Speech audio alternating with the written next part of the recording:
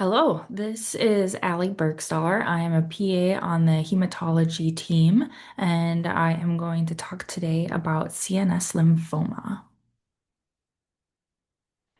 So, CNS lymphoma comprises of about 2% of brain cancers and 4 to 6% of all non-Hodgkin's lymphoma.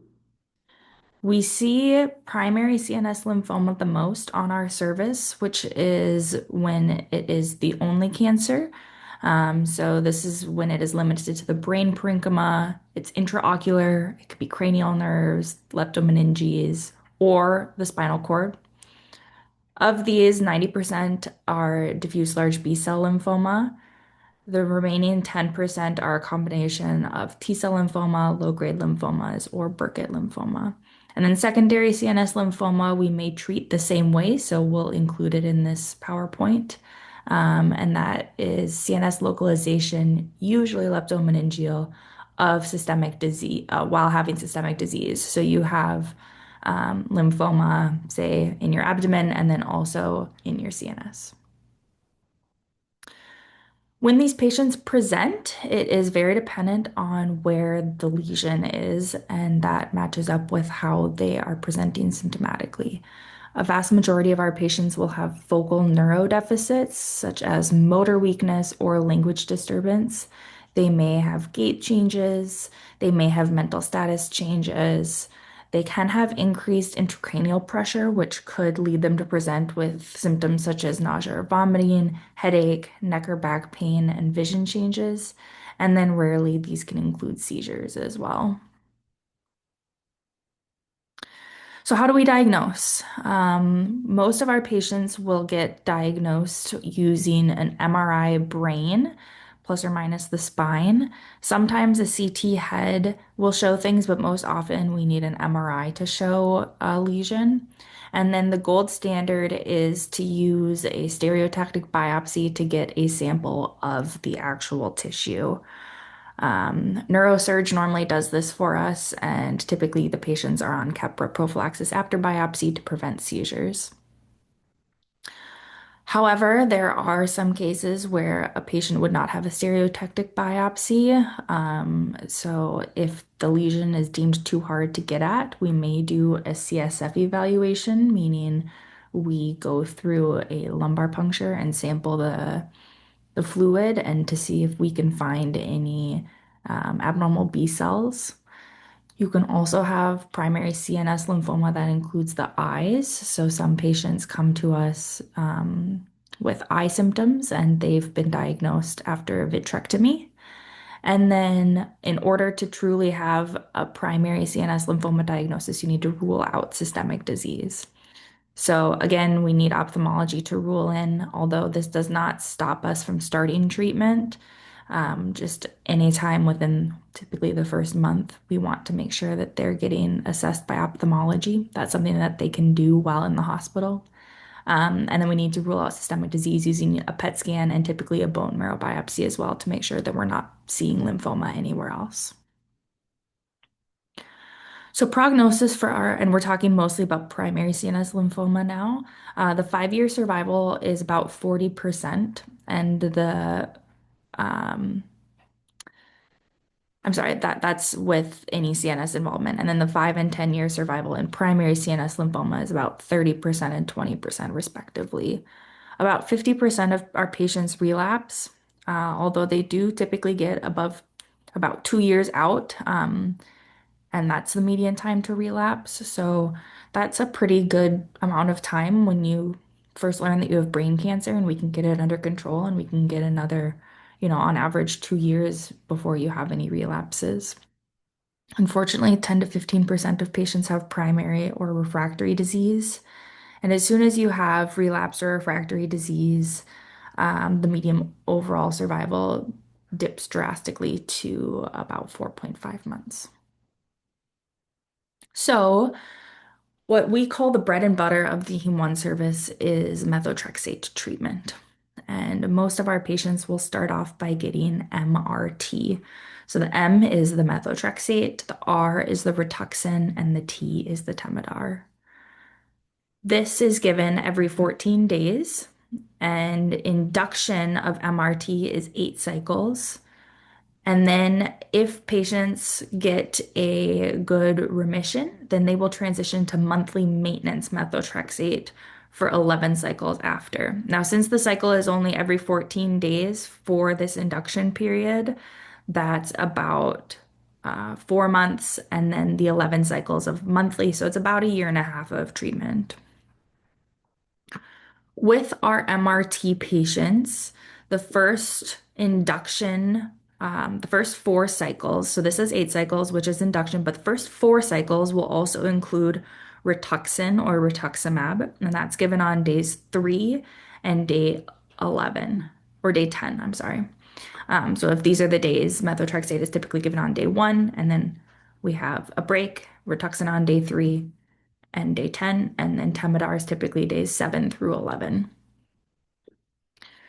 Some of our patients, after the stereotactic biopsy or because of a lot of edema in the brain, they will be on dexamethasone when they come to us. So that's not technically a part of the MRT treatment, aside from it being a predose, a pre-med prior to the methotrexate, but they'll be on dexamethasone, typically somewhere between 2 to 4 grams daily or BID to help get the swelling under control.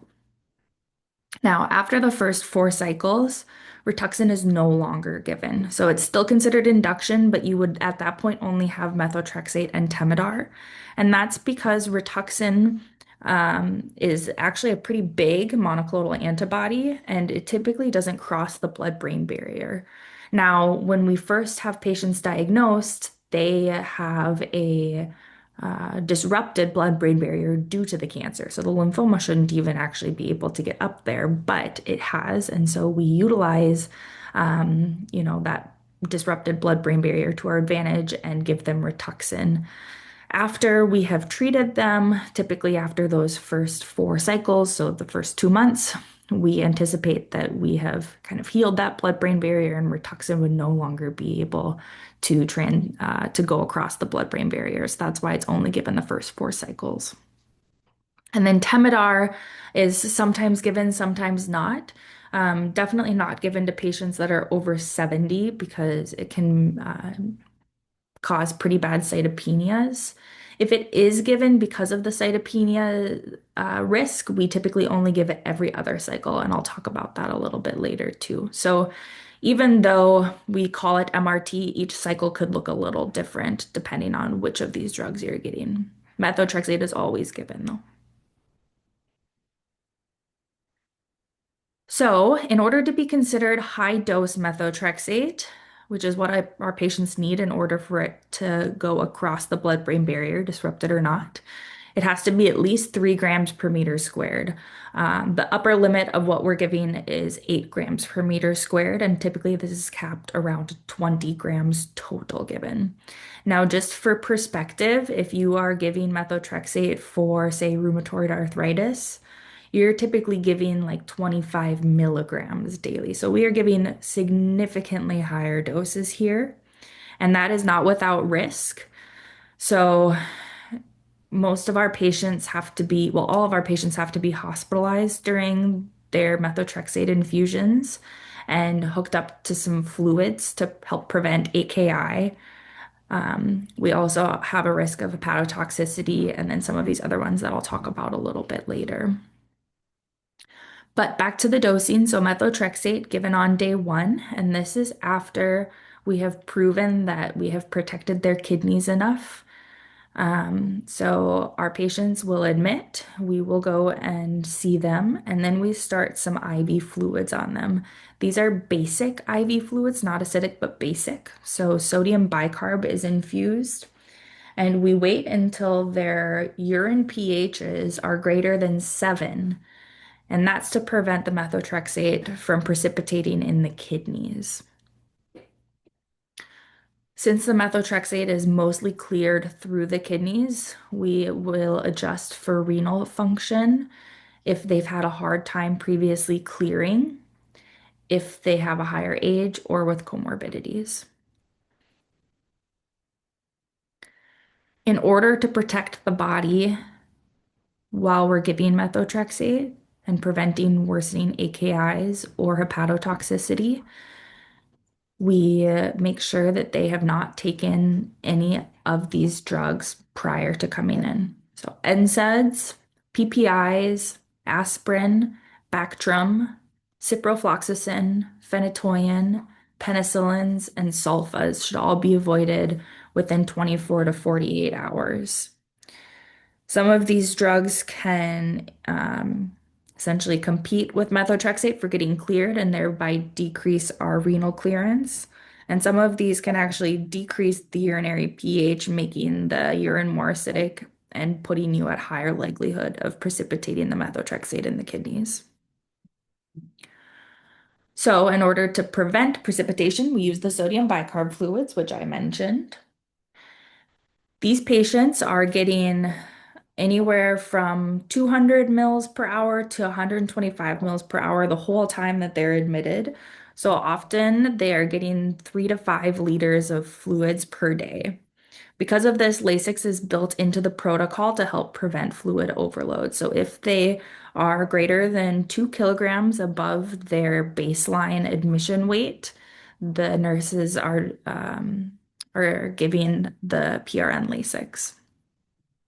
And then we also utilize leucovorin, which is a medication that we start about 24 hours after the methotrexate, and it's given every 6 hours. And it's to help prevent toxicities from methotrexate. And how that works, we'll go over on the slide after this. In order to correctly maintain our patients, we are checking their first level of methotrexate 48 hours after administration started. And then we're rechecking that level daily until zero point 0.1 or less. Some patients or some consultants want the level to be less than zero point 0.1, so 0.09. But most patients are okay to go if the methotrexate is less than zero point 0.1. Now, I caution patients that the methotrexate clearance is logarithmic. So if your first level, 48 hours after we administer the methotrexate, is, say, zero point 0.3, and then the next day it's zero point 0.2, and they're really excited. They're like, oh gosh, it's dropping by zero point 0.1 each day, so I'll for sure clear by tomorrow. Well, no, that's not quite how it works. The next day it might be 0.15 and then 0.13 and then 0.10. So even though this 48-hour level gets a good understanding of where they're starting, um, it really kind of depends day to day on how quickly it's dropping. Most patients are pretty consistent with how they're clearing. So if they tend to clear every 5 days, then the likelihood of them clearing around day 5 the next cycle is um, that's oftentimes what we tell patients. When we first check this 48-hour level, we would like the methotrexate to be less than 1. Um, I'll go over later in instances when it's not less than 0.1, what we have to do about that. So, how does methotrexate work? And I think this is important because it helps us understand why we're doing the things that we're doing, such as the leucovorin, and then glucarpidase, which is a rescue medication that sometimes we have to give. So, methotrexate is used in our cancer patients because it can slow down DNA synthesis. So, this is the folic acid cycle. And this little enzyme right here is dihydrofolate reductase. And that is needed in order to create folic acid, in order to create all of our amino acids. Now, methotrexate can come and inhibit this enzyme and thereby block this cycle from happening. So, in our cancer cells, that's great because we don't want them to be able to create DNAs, and then if they can't create DNA, then they can't replicate, and it actually induces apoptosis. However, we need to do DNA synthesis in all of our other cells, And so we give them leucovorin, which actually bypasses the need for this enzyme and gives them a substrate later on in the cycle so that they're able to continue to create folic acid for their DNA synthesis. Now, for whatever reason, leucovorin isn't readily uptaken into cancer cells. So it basically is only taken up into our good healthy cells, which works very well for us as we're trying to only kill the cancer cells and not our good healthy cells. This is all well and good until we have way too much methotrexate on board. If we have too much methotrexate on board, then because leucovorin is a competitive, has competitive cellular uptake with methotrexate, then we may not be able to have enough leucovorin to actually rescue your cells, your healthy cells. And so that is why we are getting our 48-hour level methotrexate level to make sure that we are at adequate levels of the methotrexate and we're not essentially poisoning the patient. If our 48-hour methotrexate level is greater than, in most cases, 5, then we have to utilize a medication called glucarpidase. And what glucarpidase does is it comes and is going to take all the methotrexate that is extracellular and essentially cleaves it so that the amount of functioning methotrexate extracellularly is quite negligible.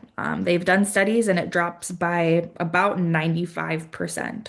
So your levels go down very quickly, which is good. However, there is still methotrexate intracellularly, and this glucarpidase cannot access that methotrexate. So even though we've greatly reduced the amount of methotrexate, there is still some there. And so we continue to give leucovorin to help protect the cells, and we turn it into a waiting game. Now, glucarpidase is not a medication that's given lightly. It is typically about $30,000 to $50,000 each time we need to administer it. So we don't want to give everybody glucarpidase, but it is there for patients who need it. Now, this is what your methotrexate levels look like with glucarpidase. So if this was our 48-hour level here, the methotrexate concentration was much higher than it should be. So this is logarithmic too, but let's estimate it was around between like 20 and 30. So glucarpidase was given, and then they checked the serum methotrexate levels afterwards, and very quickly it dropped almost to zero point 0.1. So clearly an efficient medication. However, you'll see that there's this green line. So that is the methotrexate level that we normally measure, which is an immunoassay. And that detects both methotrexate and its metabolites. So if you use glucarpidase, you can't rely on the normal methotrexate level. You have to use a post-glucarpidase methotrexate test, and that actually uses liquid chromatography in order to detect only the active methotrexate that's still in the system. So we're getting our post-glucarpidase methotrexate levels as well as our regular methotrexate levels because about 48 hours after we administer that glucarpidase, the glucarpidase is now out of the system. So as it eliminates the methotrexate, the intracellular methotrexate starts to come out of the cells to, just by way of, essentially it's rebounding. Um, as it comes out of the cells, we see a rebound level of methotrexate right here. But once these two lines cross, so our regular methotrexate level we've been checking has slowly been decreasing. Our post-glucarpidase level has actually been increasing. And once these cross, then we can stop the post-glucarpidase measuring and just do the regular. You will see though, it's still going to take a significant amount of time to get rid of all that methotrexate because they got a supra therapeutic dose. The serum creatinine definitely feels this amount of methotrexate, but as we are clearing out the methotrexate, the serum creatinine improves. And actually, a majority of patients who do need to receive glucarpidase will be able to go back to their baseline renal function. However, a majority of them will no longer receive methotrexate and will have to go on to a different type of treatment. So I mentioned this. Our nurses are very good about checking urine pHs. They check it every 2 to 4 hours and have to maintain a goal above 7 to help prevent the methotrexate from precipitating in the kidneys.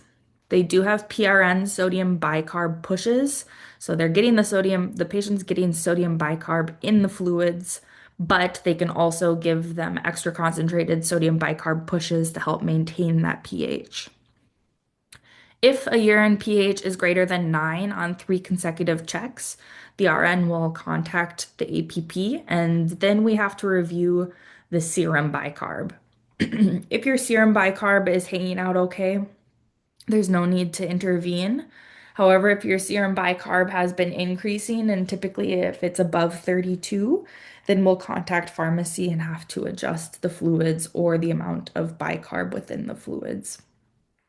This is in the OneNote, the protocol for how to review the serum bicarb.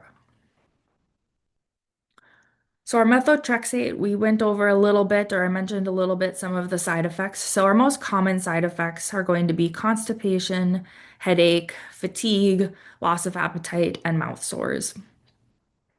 That being said, a vast majority of our patients do really well on methotrexate, and they get frustrated that they have to be inpatient because they're feeling so well.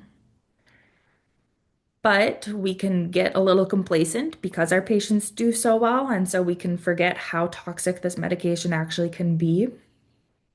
It can be very hepatotoxic.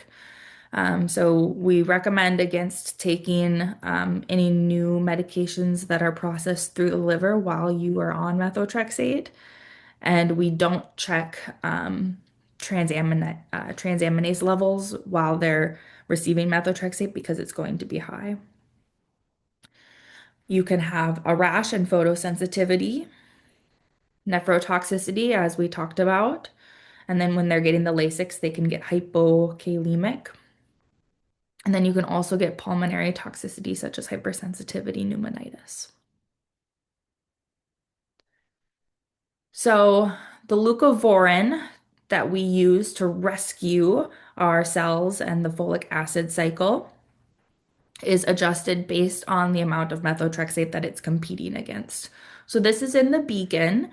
And after we get the 48-hour level, based on what that level looks like, you will increase the leucovorin to this table and in order to ensure that the patient is getting enough leucovorin rescue. If before you get your 48-hour level methotrexate, the serum creatinine increases to greater than 50% of your patient's baseline, then you automatically increase the leucovorin to 200 every 6 hours, just to be extra proactive. Some causes of prolonged methotrexate clearance could be kidney impairment, drug-to-drug interactions, dehydration, which we often fix with all of the fluids we're giving, and third, spacing fluid collections. So if you have a patient that's just not clearing, they may have a pleural effusion or ascites that methotrexate is hanging out in. If we have prolonged clearance and prolonged exposure to methotrexate, our patients can have myelosuppression, mucositis, dermatitis, and hepatic dysfunction. So that's all methotrexate. And moving on, because we have two other letters, our Rituxan is also here in this MRT, and that's an IV infusion given on days 3 and 10. Most common side effects are infusion reactions, and this is most common with the first dose of Rituxan that you give. So this could be fevers, chills, flushing, shortness of breath, low blood pressure or high blood pressure, itching, nausea, and rigors. The patients are pre-meted with Tylenol and Benadryl to help prevent this. And the first dose of Rituxan that they get is started very low at a low rate and then is slowly ramped up every 30 minutes. If an infusion reaction does develop, Rituxan is paused. We treat the symptoms, and then once the symptoms have resolved, you resume the infusion at half of the previous rate at which they had the reaction. If patients don't have a reaction the first time they receive Rituxan, it's almost guaranteed that they will be able to go through all of their future doses of Rituxan without an infusion reaction.